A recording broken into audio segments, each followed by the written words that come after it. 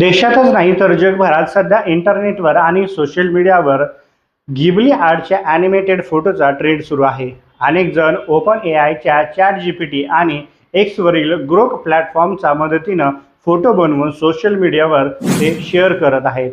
हा ट्रेंड अनेकांकडून फॉलो केला जात आहे. यामध्ये लहान मुलांपासून ते वृद्धांपर्यंत आणि सामाजिक तसंच राजकारण्यांकडून देखील या ट्रेंडला फॉलो करत आहेत. आपल्या ओरिजिनल आणि बिगिली आर्टचे फोटो सोशल मीडियावर शेअर केले जात आहेत. मात्र तुम्हाला गिबली ॲनिमेशन नेमकं काय आहे, ते कुठून आले, त्याचे मालक नेमकं कोण आहेत आणि त्यांची संपत्ती नेमकं किती आहे हे माहीत असणं आवश्यक आहे. त्याबद्दल थोडक्यात जाणून घेऊयात. गिबली ही जपानमधील एक प्रसिद्ध ॲनिमेशन स्टुडिओ आहे. 15 जून 1985 रोजी या स्टुडिओची स्थापना करण्यात आली. या स्टुडिओची स्थापना टोकियो, जपान येथे करण्यात आली. हायाओ मियाझाकी, तोशियो सुझुकी, इसाओ ताकाहाता आणि यासुयोशी तोकुमा या चौघांनी मिळून हा स्टुडिओ उभा केला होता किंवा सुरू केला होता. गिबली हे नाव इटालियन भाषेतील गिबली या शब्दावरून आले आहे. याचा अर्थ आहे सहारा वाळवंटातील गरम वारा.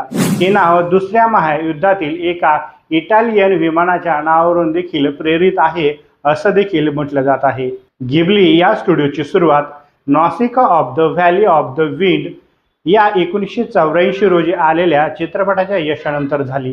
त्यामुळे मियाझाकी आणि त्यांच्या टीमला स्वतःचा स्टुडिओ स्थापन करण्याची प्रेरणा मिळाली. त्यानंतर My Neighbour Totoro, Spirited Away, Princess Mononoke यांसारखे अनेक यशस्वी आणि कलात्मक चित्रपट त्यांनी तयार केले आणि ते यशस्वी देखील झाले.